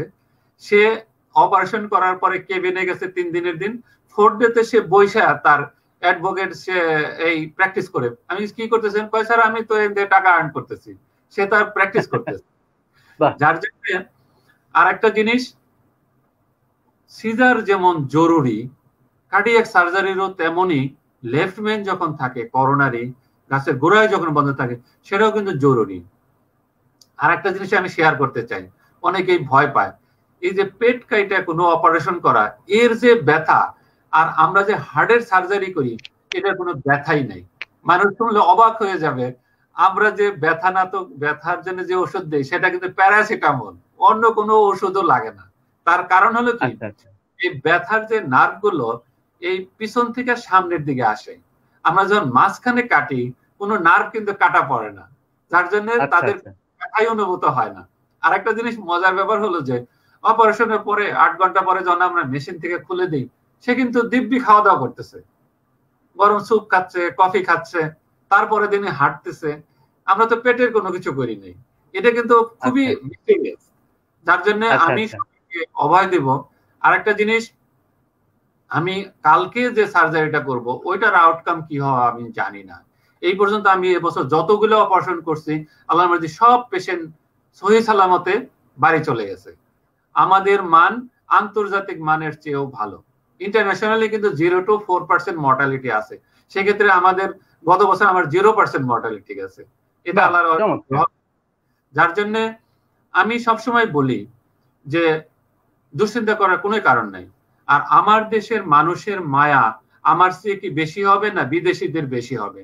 ওরা তো ভাবে আসছি অপারেশন করে দিলাম, ও আর কিন্তু যাইতে পারবে না। আমার গ্রিন রোডের একটা পেশেন্ট দেখা গেল, তার ছেলে চাইছিল ল্যাবেডে আমার কাছে অপারেশন করবে, তার বাপ গেছে ইন্ডিয়াতে। তো যাওয়ার পরে দেখা গেল যে আসার পরে তার ইনফেকশন হয়ে গেছে, এখন তার বাপ আমার কাছে আসতে পারে না। তো ছেলে আমাকে রিকোয়েস্ট করেছে, বলে স্যার আমার তো কথা শুনে নাই, এখন তো তার পুরা ইনফেকশন হয়ে একদম 3 মাস ধরে ঘরে পড়ে গেছে। পরে যে ঠিক আছে আসেন। আসার পরে আমি ওইটাকে ট্রিটমেন্ট করে সব ঠিকঠাক করলাম। এখন বলে যে স্যার আমার ভুল হয়ে গেছে, যার জন্য অনুশোচনা বোধ করছি। যদি কোনো কমপ্লিকেশন হয় সেটা ম্যানেজ করার জন্য কিন্তু অনেক সময় লাগে। সেই সময়টা আপনি কই পাবেন? পাবেন না ভিসা। তারপরে আরেকটা এক্সাম্পল দেই, খুলনার একজন ইঞ্জিনিয়ার ঠিক এয়ারপোর্টের থেকে আইসা সরাসরি আমার কাছে আইসে, বলে স্যার আপনার কাছে আসে আমার বাইপাস করে দেন। আমি কেন? স্যার আমি গেছিলাম ইন্ডিয়া, ভর্তি হয়ে টাকা পয়সা জমা দিছি। রাতে এক ডাক্তার আসলো দেখার জন্য, তো সে কি কথা বলে আমি কি কথা বলি সে বুঝে না, আমিও বুঝি না। তারা রাতে খাবার দিছে, ওই খাবারটা আমি খাইতে পারলাম না। তখন চিন্তা করলাম যে এনে 7 দিন থাকতে হবে, এই 7 দিনে আমি খাবারও খাইতে পারবো না, ওই ডাক্তারকে আমার ভাষাও বুঝাইতে পারবো না। তখন আমি আস্তে করে স্যার টাকাটা তুইলা আপনার উদ্দেশ্যে চলে আসি। সেদিন ছিল মাসের শেষের দিকে। আমার বলতেছে বলে স্যার তাহলে আমি আমার এমপ্লয়ীদের বেতনটা দিয়ে চলে আসি। আমি গেছি আপনার বেতন কয় তারিখে দেন? বলে স্যার আমি 3-4 তারিখে বেতন দিই। ওই দিন ছিল 25 তারিখ। আমি গেছি যে আপনার যাওয়া দরকার নাই, ইনশাল্লাহ আমরা কালকে অপারেশন করে দিব, আপনি নিজে যাইয়া অপারেশন পরে যাইয়া আপনি ওদের বেতন দিবেন। তারপরে 7 দিনের দিন ছুটি দিলাম, সে সরাসরি ফ্যাক্টরিতে গেছে, সবার বেতন বেতন দিয়ে বাসায় চলে গেছে। গত বছর আমরা এই গল্পগুলোই স্যার আমরা আমাদের এই হৃদ কেয়ার অনুষ্ঠানে শোনাতে চাই, যে গল্পগুলো হচ্ছে সফলতার গল্প, যেটি বাংলাদেশের চিকিৎসা বিজ্ঞানের এক উন্নতির গল্প এবং চিকিৎসা বিজ্ঞানের এক রেনেসার গল্প, যে রেনেসার মাধ্যমে আমরা অল্প খরচে বিশ্বমানের চিকিৎসা সেবা বাংলাদেশে আমরা দিতে পারছি বাংলাদেশের কার্ডিয়াক সার্জনরা। স্যার এই প্রসঙ্গে অনেকেরই একটি প্রশ্ন থাকতে পারে বা জানতে ইচ্ছে করছে যে বাংলাদেশে একটি বাইপাস সার্জারি করাতে অন অ্যান এভারেজ খরচ কত? প্রত্যেকটা জিনিসেরই স্ট্যান্ডার্ড আছে। একটা জিনিস আমি বলতে চাই, টাকার ব্যাপারে যখন আসলো, আপনাকে কম টাকা দিলে সে কম জিনিস দেবে। আমি একটা কথা বলতে চাইছি, দেশের মাঝে বিদেশি সেবা। আমি আপনাকে খরচ তখনই কমাইতে পারবো যখন ওই জিনিসটাকে আমি দ্বিতীয়বার ইউজ করব, রিইউজ করব। রিইউজ করলে পরে প্রথমে যে ইউজের যে জিনিসটা, রিইউজের ক্ষেত্রে তাদের ইনফেকশন রেট বেড়ে যায়। কিন্তু আমি যে হাসপাতালে কাজ করি, লেভেট কার্ডিয়াক হাসপাতালে, আমরা এখানে কোনো কোয়ালিটি নিয়ে কম্প্রোমাইজ করি না। সব জিনিস কার্ডিয়াক সার্জারিতে সবচেয়ে হচ্ছে বড় লোক হচ্ছে কার্ডিয়াক সার্জারি ডিপার্টমেন্ট। এখানে অজস্র জিনিস, এখানে আমরা দ্বিতীয় কোনো জিনিস ইউজ করি না, সব ডিসপোজেবল, যার জন্য আমাদের আউটকাম কিন্তু 100%। এবং আমার কোনো রোগীর ইনফেকশন নেই, 100% ইনফেকশন নেই। এই ইনফেকশন নিয়ে হয়তো পরবর্তীতে কথা হবে যে অ্যান্টিবায়োটিক কিভাবে কাজ করে। আমরা সেই জায়গাটাতেই স্যার চলে এসেছি।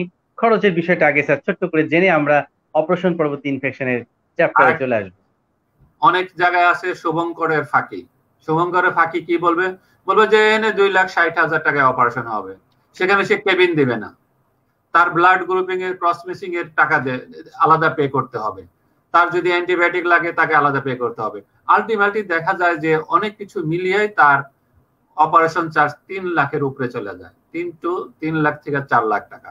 আমাদের ল্যাবেটের প্যাকেজ 4,05,000 টাকা। এর মধ্যেই 10 দিনের প্যাকেজ এবং ভিআইপি ডিলাক্স কেবিন, যে কেবিনের ভাড়া হচ্ছে 70,000 করে। এখানে তো 70,000 এমনি চলে গেল। তারপরে একটা জিনিস মনে রাখতে হবে, আপনি কার দ্বারা অপারেশন করছেন, সেটা ইজ ভেরি ইম্পর্টেন্ট। আমি 20 বছর ধরে একটা সার্জারি করি, একজন 5 বছর ধরে সার্জারি করে, এর মধ্যে কিন্তু অনেক ডিফারেন্স আছে। সবকিছু মিলিয়ে খালি টাকার হিসাব করলে হবে না। ওই যে একটা কথা বললাম, কম টাকা দিলে পরে কম জিনিস দেবে। সস্তার যে 3 অবস্থা, একটি শার্ট 100 টাকাও আছে, আবার 5,000 টাকাও আছে, বিষয়টা এইরকম। Thank you very much sir আপনার মূল্যবান বক্তব্যের জন্য। স্যার যে বিষয়টি আপনি বলছিলেন যে অনেক ক্ষেত্রে যদি আমরা রিইউজেবল ইনস্ট্রুমেন্ট ব্যবহার করে থাকি বা সুচার ম্যাটেরিয়ালস ব্যবহার করে থাকি বা বিভিন্ন কারণে হসপিটাল অ্যাকওয়ার্ড হোক বা এনভায়রনমেন্টাল হোক, যদি কোনো ইনফেকশন হয়ে যায়, অপারেশন পরবর্তী ইনফেকশন হতেই পারে, যদি হয়ে যায়, তো সেটার চিকিৎসার ক্ষেত্রে অ্যান্টিবায়োটিকের যদি প্রসঙ্গ এসে থাকে, আপনারা এই কার্ডিয়াক সার্জারিতে কোন অ্যান্টিবায়োটিক গুলো এখানে আপনারা বেশি ব্যবহার করে থাকেন এবং সেটার ভূমিকা কি? আমি যদি বলি, একটু ভূমিকা দিয়েই বলি। এই অ্যান্টিবায়োটিকটা এটা হচ্ছে সুপার পাওয়ার। এটা যখন আমার হাতের থেকে বের হয়ে যাবে তখন কিন্তু তাকে কন্ট্রোল করা যাবে না। এই জন্য ভবিষ্যতের জন্য কিছু সুপার পাওয়ার সঞ্চয় করে রাখতে হবে যাতে ইনফেকশন না হয়। এই জন্য কন্টিনিউয়াস একটা মেডিকেল এডুকেশন দিতে হয়, যেটা আমি ল্যাবে করে থাকি। সেটা কিভাবে? ওটিতে যারা আছে সে ওটি স্টাফ, আইসিইউতে যারা আছে তারা আইসিইউ স্টাফ, তাদেরকে আমরা মাসে উইকলি তাদের নেজাল সোয়াব পাঠাই, তাদের এখানে কোনো অর্গানিজম আছে কিনা। অপারেশন থিয়েটারটা একটা মডেল অপারেশন থিয়েটার হইতে হবে, যেখানে হ্যাপা ফিল্টার থাকতে হবে, ল্যামিনার ফ্লো থাকতে হবে, এবং অপারেশন থিয়েটারে খুব প্রয়োজন ছাড়া অন্য লোক যাওয়া আসা করবে না। ভেরি লিমিটেড লোকজন দ্বারা অপারেশন করতে হবে। আর আইসিইউতে আর একটা জিনিস আমার অবজারভেশন, আমি সবার জন্য, যেহেতু এটা ডাক্তাররাও এটা পার্টিসিপেট করছে, সেই জন্য আমি এটা সবাইকে বলতে চাচ্ছি, সেটা হলো যে আইসিইউতে নেওয়ার পরে আর অ্যান্টিবায়োটিক দেওয়ার কিন্তু একটা প্রোটোকল আছে। প্রোটোকলটা কি, আমরা যে ল্যাবে যে সার্জারি করি সেটা আমরা সব মাইক্রোবায়োলজিক্যাল তার বায়োকেমিস্ট্রি স্টাডি করার পরে পেশেন্টের ডে বিফোর সার্জারিতে আমরা এখানে বলা আছে যে হেয়ার ক্লিপিং করা, শেভ করতে হলেও কিন্তু ভেরি কেয়ারফুল, চামড়া যেন কেটে না যায়। অনেকে আছে খুব লেম্যান, কিছু পারে না, একটা ওয়ার্ড বয় দেয় এখানে একটা শেভ করে দিল, যদি তার skin disruption, skin is the best protection, এটা মনে রাখতে হবে। অতএব স্কিনে যদি শেভিংও করতে হয় খুব মেটিকুলাসলি করতে হবে, কখনো যেন স্কিনের উপরে কোনো স্ক্র্যাচ না পড়ে, যদি না কেটে যায়, কাটলে পরে কিন্তু স্কিনের যে প্রোটেকশন ক্ষমতাটা কমে গেল। আর ডে বিফোর সার্জারিতে এটা করতে হবে। আর অন দা ডে সার্জারিতে সকালবেলায় আমরা পবিসেপ মানে বিটাডিন দ্বারা পুরাটাকে আমরা লেপে দিই, একদম পেন্টিং করে দিই, তারপরে অপারেশন থিয়েটারে আসে। অপারেশন থিয়েটারে গতানুগতিক ভাবে জাস্ট ইন্ডাকশন, যখন অ্যানেস্থেসিয়া দেবে তখন একটা অ্যান্টিবায়োটিক, এটা সবসময় আমরা ব্রড স্পেকট্রাম অ্যান্টিবায়োটিক চয়েস করে থাকি। সেটার মধ্যে এটা আমাদের দেশে আমরা সেফট্রিয়াক্সন আছে, ভ্যানকোমাইসিন আছে, তারপরে সেফাজোলিন আছে, এই ধরনের অ্যান্টিবায়োটিক 1 গ্রাম দেয় স্ট্যাট দেওয়া শুরু করা হয়। আর একটা জিনিস, এই অ্যান্টিবায়োটিক ইউজের ব্যাপারে কিন্তু রেশনাল হইতে হবে। ওই পেশেন্টের অন্য কোনো কোমরবিডিটি আছে কিনা, তার রেনাল ফাংশন কেমন আছে, সবকিছু জানার পরেই কিন্তু অ্যান্টিবায়োটিকটা দেওয়া হয়। এই অ্যান্টিবায়োটিক দেওয়া হচ্ছে যদি আর একটা জিনিস বলে যে ইনফেকশন আপনার নাই কেন। ইনফেকশন না হওয়ার কারণ আমি যেটা মনে করি সেটা হলো duration of surgery is very important. একজন আমার একটা সার্জারি করতে 2-3 ঘন্টা লাগে, আর একজনের অপারেশন করতে যদি 10 ঘন্টা লাগে, তাহলে পরে যার সময়টা বেশি লাগে তার ইনফেকশন রেট বেশি, because blood is a good for the bacteria growth. এই জন্য আমি যে প্রোটোকল দেখলাম সেখানে বলা হয়েছে যদি কেউ সার্জারি 5 ঘন্টার বেশি হয় সেখানে আরেকটা ডোজ অ্যান্টিবায়োটিক দিতে বলা হয়েছে। এই জন্য টাইম ইজ এ ফ্যাক্টর। আমি যদি একদম গুছানো স্মার্টলি শর্টলি একটা রোগীকে আমি 2-3 ঘন্টার মধ্যে আইসিইউতে নিয়ে আসতে পারি, তার ইনফেকশন রেট ইজ 0। সেই ক্ষেত্রে আমাদের যদি ইনফেকশন, বিদেশে যেটা বলা হয়েছে যে 48 আওয়ার্স পর্যন্ত প্রোফাইল্যাকটিক দিলেই চলে, কিন্তু আমাদের দেশে প্রেক্ষাপটে আমরা আরেকটু এক্সটেন্ডেড ডোজে দেই, কারণ আমার যে স্টাফরা আছে এরা অতটা ওদের মতো সাবস্টিকেটেড মেনটেন করার মধ্যে অ্যাসেপটিক মেনটেন করা কিন্তু অত সহজ না ওদের পক্ষে। আমি বলছি যে সবসময় একটা কন্টিনিউয়াস এডুকেশনে রাখি। একজন নার্স আছে, আমি গেলে পরে স্মার্টলি কাজ করে, যখন আমি আইসিইউতে বের হয়ে আসি সে যখন তার নিজের মতো শুরু করে সবকিছু, কিন্তু তাকে তো একটু মেন্টাল ইয়ে থাকেই, যার জন্য সবকিছু অ্যাসেপটিক প্রিকশন নেওয়া সম্ভব না। এই জন্যই আমরা একটু এক্সটেন্ডেড ডোজে অ্যান্টিবায়োটিক দিয়ে থাকি। আচ্ছা আচ্ছা, অনেক অনেক ধন্যবাদ। তো এই ব্যবহার বিধির মধ্যে আমরা যদি স্পেশালি আমাদের মনে একজন দর্শক যুক্ত আছেন, দর্শকের প্রশ্নটা দিতে চাচ্ছি। সুজানা লোপা বারুই, তিনি একটি প্রশ্ন রেখেছেন, আমার মায়ের বাইপাস সার্জারি করতে হবে, স্যারের কন্টাক্ট নম্বর দরকার। আজকের অনুষ্ঠান থেকে সরাসরি স্যারের কথাগুলো ভালো লেগে স্যারকে বাইপাস সার্জারি করার জন্য স্যারের পরামর্শ গ্রহণ করছেন, এবং পাশাপাশি দর্শককে বলবো কন্ট্যাক্ট নাম্বার অবশ্যই আপনি আমাদের রাষ্ট্রীয় সাথে যোগাযোগ রাখবেন, আমরা নিশ্চয়ই প্রোভাইড করবো স্যারের নম্বর। এবং স্যার বর্তমানে কর্মরত আছেন ল্যাবেট কার্ডিয়াক হসপিটালে, গেলেই one and only sir Lokman স্যারকে পেয়ে যাবেন। আপনারা নিশ্চয়ই নিতে পারে, সমস্যা নেই, আমি তো ফোন রিসিভ করি। অবশ্যই অবশ্যই, আমার মনে হয় যে স্যারের নম্বরটি প্রিয় দর্শক আপনাদেরকে আমরা প্রোভাইড করবো, রাষ্ট্রীয় সাথেই থাকুন। স্যার, এই পর্যায়ে একটু জানতে চাই যে মক্সা ক্লাব যেটি সৌজন্যে আজকের অনুষ্ঠানটি হচ্ছে এবং ট্রাজোসিলিন, এটির ব্যবহার বিধিটা কি, হার্টের বাইপাস সার্জারি পরবর্তী অথবা বিফোর এবং আফটার সার্জারি পোস্ট অপারেটিভ ইনফেকশনের ক্ষেত্রে? এই দুইটা ড্রাগ মক্সাক্লাভ এবং Tazocilin, it's a very excellent drug. I have a good experience in ICU. দেখা গেছে যে আমরা যে সমস্ত পেশেন্ট অপারেশন করি অনেকে কোমরবিডিটি থাকে, অনেক আমরা সবসময় কিন্তু বাইপাস সার্জারিটা স্বভাবতই একটু বয়স্ক লোকদের প্রবলেম, কিন্তু এই জন্য তাদের কিন্তু ফুসফুসের অনেক কম্প্রোমাইজ থাকে। সেই ক্ষেত্রে ট্যাজোসিলিন এবং মক্সাক্লাভ ইজ ভেরি এক্সিলেন্ট ড্রাগ। আমি এমনও দেখা গেছে যে এক্সরে করে দেখতেছি একদম সাদা হয়ে গেছে, টোটাল কাউন্ট বেড়ে গেছে, তখন আমরা just switch to traditional antibiotic to Tazocilin, তো তার নেক্সট ডেতে দেখা যাচ্ছে যে তার লাং আবার কালো হয়ে ফিরে আসছে। আবার কিছু দেখা যাচ্ছে যে মক্সাক্লাভের আমার একটা এক্সপিরিয়েন্স আছে, সেটা হলো যাদের উন্ড ইনফেকশন থাকে, যেমন ওই যে বাইরে ইন্ডিয়াতে অপারেশনটা করে নিয়ে আসছিল, তাকে কিন্তু আমি জাস্ট ওই মক্সাক্লাভ আর একটা অ্যান্টিবায়োটিক সাথে দিয়া 15 দিনের একটা অ্যান্টিবায়োটিক কোর্স করার পরে কিন্তু সে দাঁড়ায় গেছে। এইগুলো আমার এটা it's a very excellent drug. এই জন্য আমি বলছি যে সব ড্রাগ কিছু হাতে রাখা, আমরা কিন্তু ফার্স্ট লাইনে কিন্তু এই ওষুধগুলো ইউজ করি না। প্রথমে দিয়ে যদি আমি কভার করতে পারি সেক্ষেত্রে আমি এটা ইউজ করব না। আর একটা জিনিস, আউটকাম বের করে নিয়ে আসতে হলে অবশ্যই সার্জনকে ওই পেশেন্টের সাথে অ্যাটাচ থাকতে হবে। এভরিডে আমরা তাদের আইসিইউ থেকে সিবিসি পাঠাচ্ছি, টোটাল কাউন্ট পাঠাচ্ছি, আমরা তাকে প্রতিদিন তার টোটাল কাউন্ট দেখতেছি, টোটাল কাউন্ট বাড়ে না কমে, তার কোনো ইনফেকশনের সাইন আছে কিনা, কন্টিনিউয়াস একটা সার্ভিলেন্সে। ইনফেকশন হওয়ার আগেই কামান দাগাতে হবে, ইনফেকশন হয়ে গেলে কিন্তু কিছু করার থাকবে না। যার জন্য এই ব্যাপারে ভেরি মেটিকুলাস, এই ব্যাপারে কোনো কম্প্রোমাইজ নেই।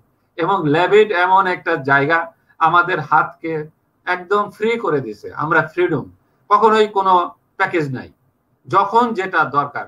আর একটা জিনিস বলি, আফটার সার্জারিতে আমরা ব্লাড গ্যাস অ্যানালাইসিস করি, এবিজি।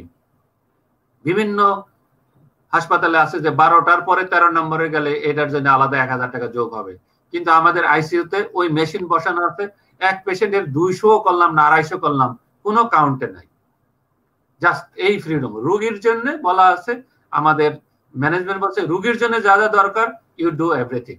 বাহ, excellent service, thank you very much. আমার মনে হয় যে স্যার আজকে আমি নিজেও আজকের এই আলোচনাটা শুনে যে বাইপাস সার্জারি সম্পর্কে যে আতঙ্কটা সাধারণ জনগণের পাশাপাশি অনেক চিকিৎসকরও থেকে থাকে, যেটা একটু খুব সেন্সিটিভ অপারেশন ডেফিনেটলি, বাট এটার যে মর্টালিটি নিয়ে এটা কোথায় করাবে, এই বিষয়গুলো নিয়ে যে আতঙ্কগুলো ছিল, আপনার কথা শুনে মনে হলো যে এটা কোনো ঘটনাই না, বাইপাস সার্জারি খুবই সফিস্টিকেটেড এবং খুব সহজেই সুন্দরভাবে দক্ষভাবে বাংলাদেশেই করা সম্ভব, যেটি আপনি করে সেটা একটি অনন্য দৃষ্টান্ত স্থাপন করেছেন। আমরা আমাদের স্যার অনুষ্ঠানের একেবারেই শেষ ভাগে চলে এসেছি। আসলে মন্ত্রমুগ্ধের মতন আপনার কথাগুলো আমরা শুনছিলাম, কখন যে আমাদের নির্ধারিত সময় 45 মিনিট পার হয়ে 1 ঘন্টা 3 মিনিট পার হয়ে গিয়েছে আমরা বুঝতেই পারিনি। আপনাকে অনেক অনেক ধন্যবাদ। এবং সর্বশেষ স্কয়ার ফার্মাসিউটিক্যালস এর আজকের এই রিড কেয়ার অনুষ্ঠানটির নবজাগরণ শুরু হলো, এই আয়োজনে নিশ্চয়ই আপনি ধারাবাহিকভাবেই থাকবেন। কেমন লাগলো আপনার অনুভূতিটুকু শুনে, এবং দর্শকদের উদ্দেশ্যে সর্বশেষ বার্তা কি আপনার জেনে আজকে আমাদের অনুষ্ঠানের জবনিকা আমরা টানবো? প্রথমে আমি ধন্যবাদ জানাবো দেবাশিস শাহকে, তার এই বাসুদেব শাহ এই সুন্দর একটা উপস্থাপনার জন্য, যেটা মনে হচ্ছে যে আমরা দুইজন কিন্তু গল্প করছি। এবং আমি সবসময় আশ্বস্ত করতে চাই, আমাদের দেশে অন্য দেশের তুলনায় এই বাইপাস সার্জারির কোনো ধাপেই কম নাই। সারাদিন রাত ইন্টারনেটের যুগে ওয়ার্ল্ডে কোথায় কি হচ্ছে সব আপডেট আমাদের কাছে। আর একটা জিনিস আমি সবসময় বলতে চাই, আমরা যদি আপনাদের সেবা দিতে পারি, সুন্দর চিকিৎসা দিতে পারি, আপনার দেশের বাইরে যাওয়ার দরকার নাই। এতে কি হবে, আমাদের দেশে অনেক ডলার সেভ হবে। যে ডলারগুলো আমাদের লেবার যারা আছেন মিডল ইস্ট থেকে কাজ করে আমাদের দেশে রেভিনিউ পাঠায়, আমাদের দেশে রেভিনিউ যদি আমরা সেভ করতে পারি, আমরা কোনোদিন উন্নত বিশ্বের পিছিয়ে দাঁড়াইতে হবে না, ওরাই আমাদের পিছিয়ে দৌড়াবে। আর একটা জিনিস হলো যে আমার এক সার্জন আছে আমেরিকান, তো বাংলাদেশে ঘুরতে আসছিল বাইপাস করার জন্য। একদিন বলছে, doctor Lokman, how can you operate in a tiny vessel? কারণ ওরা আমেরিকান, তো ওরা জগিং করে, ব্যায়াম করে, ওদের হাড়ের রক্তনালীগুলো অনেক মোটা মোটা, তো মোটা মোটার মধ্যে পাইপ লাগিয়ে দেয় খুব আরামে। আর আমার দেশে আইসে মানুষের হার্ট ছোট, রক্তনালীগুলো ছোট ছোট, সে বলে যে তোমরা এত সুন্দর করে কিভাবে করো। তখন আমি বললাম যে দেখ, আমি এটাতেই অভ্যস্ত, practice makes a man perfect.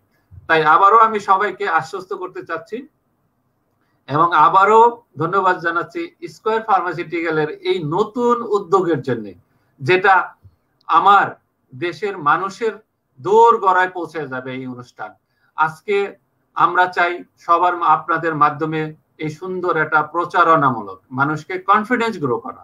অনেকে চিন্তাগ্রস্ত আছেন যে এই করোনায় আমি কোথায় যাব। কোনো কিছুই না, করোনা করোনার মতোই থাকবে।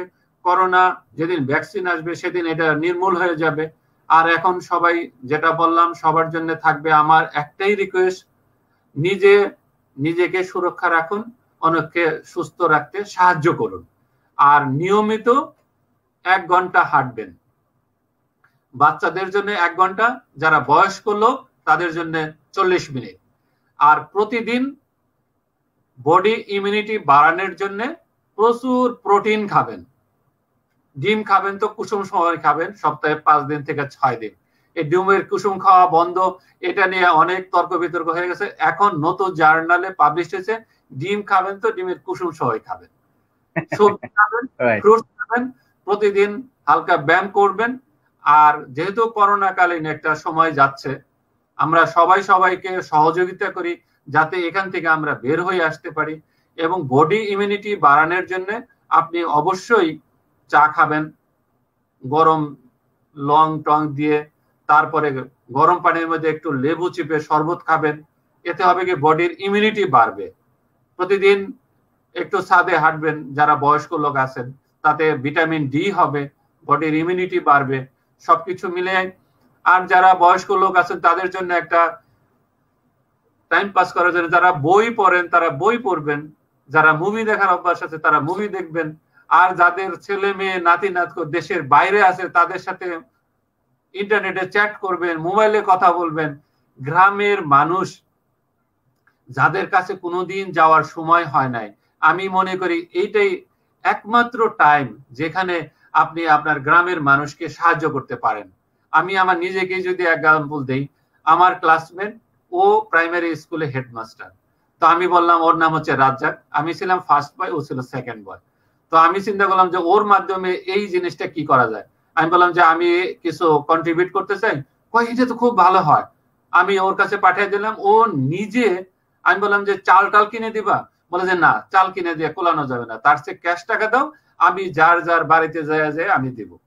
এই যে মানুষের হেল্পিং, সাহায্য সবাই যদি আমরা করি, আমার দেশ কোনোদিন গরিব থাকবে না, কেউ অভুক্ত থাকবে না, এবং সবাই সুস্থ থাকবে। স্কয়ার ফার্মাসিউটিক্যালকে আবারও ধন্যবাদ, বাসুদেবকে আবারও ধন্যবাদ। দেখা হবে অন্য কোনো প্রোগ্রামে আরো সুন্দরভাবে। আমি মনে করি একটা নতুন অধ্যায়, নতুন সূচনা। আমরা আছি স্কয়ার ফার্মাসিউটিক্যাল এর পিছনে, যা যা লাগে আমরা করে দেব, এটা নিয়ে সমস্যা নাই। সবার জন্য অনেক শুভেচ্ছা, সবাই ভালো থাকেন। আবার সবাইকে ধন্যবাদ। অনেক অনেক ধন্যবাদ স্যার, আপনার প্রাণবন্ত কি বলবো যে আলোচনা, বিশেষ করে আপনি গল্পের মতন করে ছন্দে ছন্দে যে মানবিক দিকগুলো তুলে ধরলেন এবং পাশাপাশি যে ইনফরমেশন গুলো দিলেন, আসলে সত্যি আমাদের হৃদয় ছুঁয়ে গেছে। যাদের হৃদয়ের যন্ত্রণা রয়েছে তাদের কেয়ারটা আমার মনে হয় অনেকটাই হয়ে গেল এই হৃদ কেয়ারের প্রথম আয়োজনে। অনেক অনেক ধন্যবাদ স্যার আপনার মূল্যবান সময় দেওয়ার জন্য, এবং নিশ্চয়ই প্রত্যাশা রাখবে এভাবে রাজ টিভি এবং রাজ পরিবারের সাথে থাকবে, এগিয়ে যাবে হৃদ কেয়ার। আমাদের প্রত্যেকটি মানুষের হার্ট ভালো থাকবে, সুস্থ থাকবে এবং সুন্দরভাবে এই আগামীর পৃথিবীর গড়বো আমরা, সেই শুভ প্রত্যাশা রেখে এবং স্কয়ার ফার্মাসিউটিক্যালসকে ধন্যবাদ জানিয়ে এবং ধন্যবাদ জানাচ্ছি আজকের এই আয়োজনের যারা প্রাণ শক্তি আমাদের আজকের স্কয়ার ফার্মাসিউটিক্যালস এর নেপথ্যে যারা ছিলেন, তাদেরকে অনেক অনেক ধন্যবাদ জানাচ্ছি। কানিজ ফাতেমা আপু, পাশাপাশি মুনিম ভাই, পাশাপাশি আমাদের সাথে যুক্ত ছিলেন আরিফুল ইসলাম ভাই, এই পুরো আয়োজনটির সাথে আমাদের সাথে যুক্ত ছিলেন বলে আপনাদেরকে অনেক ধন্যবাদ। এবং সেই সাথে আমাদের অনুষ্ঠানের যারা প্রাণ শক্তি, আমাদের দর্শক এতক্ষণ ধরে শুরু থেকে শেষ পর্যন্ত ছিলেন, এখন পর্যন্ত আমাদের সাথে আছেন, তাদের ভালোবাসার জন্যই আজকের এই আয়োজনটি সম্ভব হয়েছে। আপনারা বরাবরের মতো আমাদের অনুষ্ঠানের সাথে থাকবেন, আপনাদের সবার সুস্বাস্থ্য কামনা করে এবং নিরাপদ এবং সুনিশ্চিত জীবন কামনা করে আজকের আয়োজন এখানে শেষ করছি। ভালো থাকুন, সুস্থ থাকুন এবং রাজ টিভির সাথে। You are watching Raj TV, Jagorone, Bangladesh. Please subscribe.